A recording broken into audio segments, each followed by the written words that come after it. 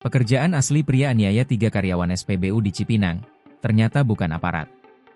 Polisi memastikan penganiaya 3 karyawan stasiun pengisian bahan bakar umum, SPBU, di Cipinang, Pulau Gadung, Jakarta Timur, bukan polisi seperti yang sebelumnya dinarasikan. Kabid Humas Polda Metro Jaya Kombes Pol Budi Hermanto menegaskan, pelaku merupakan warga sipil yang berprofesi sebagai wira swasta.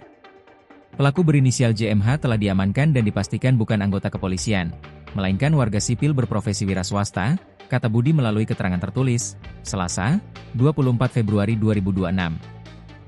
Pelaku ditangkap di wilayah Kota Bekasi, Jawa Barat, oleh tim gabungan Reskrim Polres Metro Jakarta Timur. Pada Selasa, 24 Februari 2026, sekitar pukul 16 WIB, tim gabungan Satreskrim Polres Metro Jakarta Timur dan unit Reskrim Polsek Pulau Gadung mengamankan pelaku di kawasan Rawalumbu, Bekasi Timur. Pelaku kemudian dibawa ke Polres Metro Jakarta Timur, kata dia. Nomor polisi pada kendaraan yang digunakan pelaku juga tidak sesuai dengan peruntukannya. Sebelumnya, 3 karyawan SPBU Pertamina di Cipinang dianiaya pelanggan saat pengisian bahan bakar, Minggu, 23 Februari 2026, malam. Staf SPBU, Muhlisin, 38, menjelaskan, peristiwa bermula ketika pelanggan tersebut hendak mengisi Pertalite, tetapi kendaraan yang digunakan tidak sesuai dengan data pada barcode.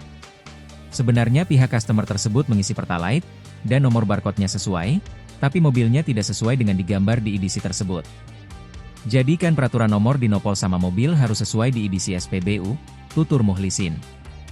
Menurut dia, petugas kemudian menyarankan pelanggan mengisi Pertamax sesuai prosedur operasional standar, SOP.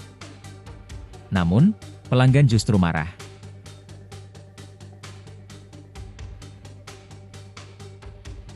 Download Tribun X sekarang, menghadirkan lokal menjadi Indonesia.